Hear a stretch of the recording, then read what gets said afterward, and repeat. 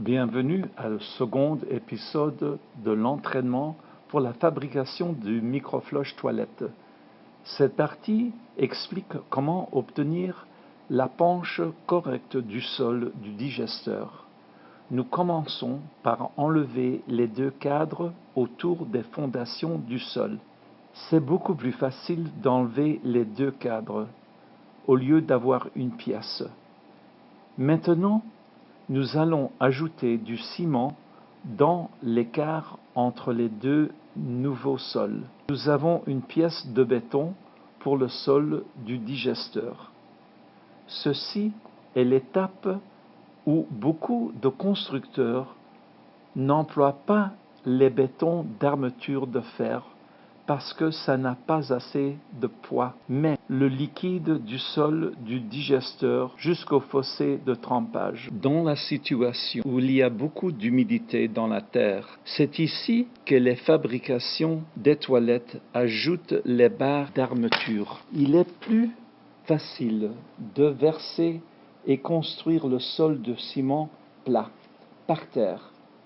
Une fois que le béton est curé et sec, vous pouvez ajouter les briques de ciment au bord du nouveau sol.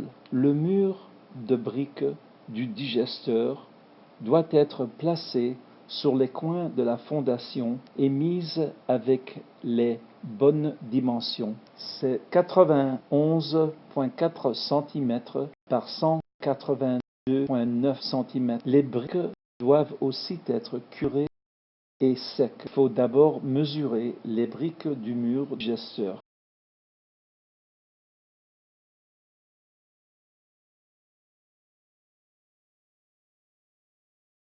Il faut les poser à exactement les bonnes dimensions et donc les blocs mis sur chaque coin. Les mesures doivent être exactes par la largeur et longueur. Une fois que la mesure de la largeur est exacte, vous pouvez passer par la longueur pour être certain que cette mesure est exacte aussi. Donc, vous avez exactement un coin.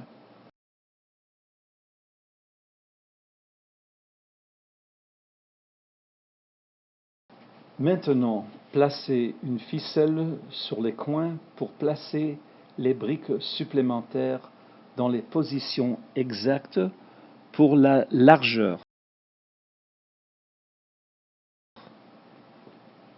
Ensuite, pour la longueur, vous faites la même chose avec la ficelle sur les coins, plaçant les briques qui soient bien placées. Et verticalement, les briques sont bien droites et alignées.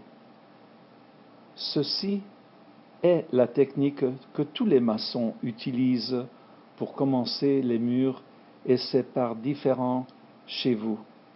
C'est la même chose partout au monde entier. Il faut être certain, dans cette première étape, que nous sommes bien carrés, droits, avec les bonnes mesures. Les dimensions doivent être 91,4 cm par 182,9 cm pour le mur du digesteur. La dalle ira au-dessus de la dalle interface et la dalle d'accès qui sera placée au-dessus au niveau du sol dehors. Ceci sera prêt après que nous terminons ce. Il est important de toujours continuer à prendre les mesures et que tout est en bonne place. Les briques ont été placées et casées à moitié. Il se casse pour qu'on emploie une partie de mettre entre deux briques qui sont encore là. Et le maçon travaille autour du tuyau qui rentre dans le trou de trempage. Le tuyau est entre deux blocs de briques et arrive juste à l'entrée du trou de trempage et sur le côté bloc mur du digestif. Soyez certain, de nouveau, que tout est bien aligné, que les ficelles ont été placées sur leur coin et puis nous serons préparés de commencer à utiliser l'eau. C'est beaucoup d'efforts à ce point-ci, mais pendant que le maçon fait ses travaux, les autres ouvriers peuvent commencer à préparer la dalle interface et la dalle d'accès qui peuvent commencer à le former. À ce point-ci, il faut couper le tuyau à la bonne longueur du sol du digesteur jusqu'au milieu du fossé de trempage. Le tuyau sera coupé avec la mesure exacte. Les premiers blocs seront mis sur le sol du digesteur. Quelques blocs doivent être coupés pour que le placement sera correct. Vous voyez, le tuyau à droite est placé allant du son du digesteur jusqu'au trou de fossé de trempage. Nous voyons ici que nous plaçons du ciment entre les briques pour former et finir le premier niveau de briques. Le tuyau à droite n'est pas au centre exact du sol, mais vous allez voir comment la penche du sol sera calculée de manière que l'eau coulera correctement. Les articulations ou l'espace entre les briques se remplit de ciment et prépare bien les fondations pour que l'eau passera dans le tuyau d'échappement. Soit si vous avez été un maçon ou un plombier ou un charpentier, tous peuvent apprendre à devenir un fabricant de la toilette microflush.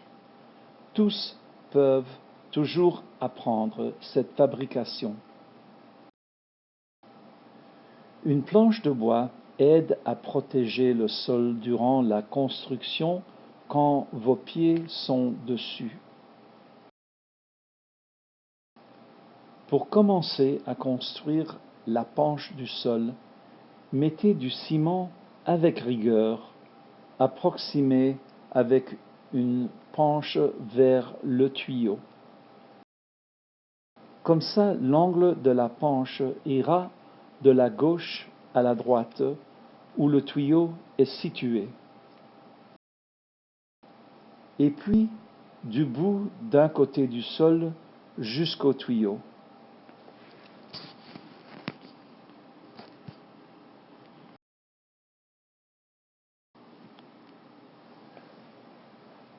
Donc, tout le sol va couler vers le tuyau.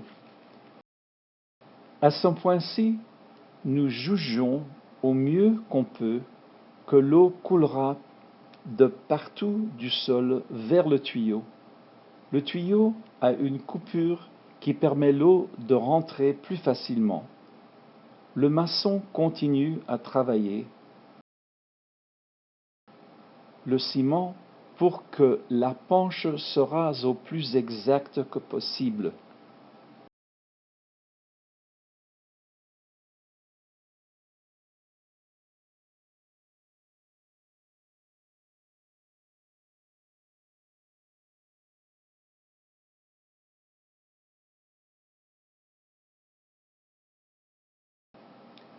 Le maçon va reviser qu'il a bien estimé que tous les eaux vont couler vers le tuyau d'échappement.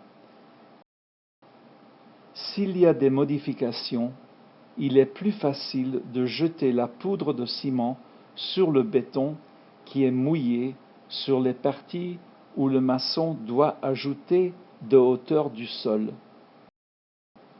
Cette méthode est pour raffiner avec détail pour un meilleur coulement d'eau vers le tuyau. L'outil qui s'appelle la niveleuse nous donnera une ligne bonne estimation de la penche du sol. Alors, ça ne fait rien où le tuyau sera positionné à côté du sol du moment que l'eau coule tous vers l'ouverture du tuyau. Du moment que le sol est bien penché, le résultat est que l'eau coule encore une fois vers le sol jusqu'au tuyau avec la poudre sèche qui a été placée pour ajuster ce niveau.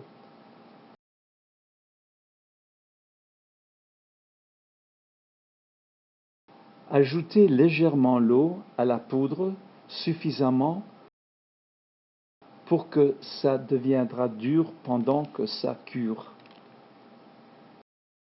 Ceci est la fin de la seconde épisode.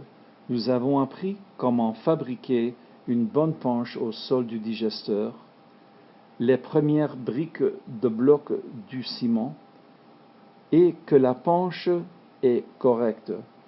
Nous discuterons ensuite le mur du digesteur. Merci d'avoir regardé épisode numéro 2.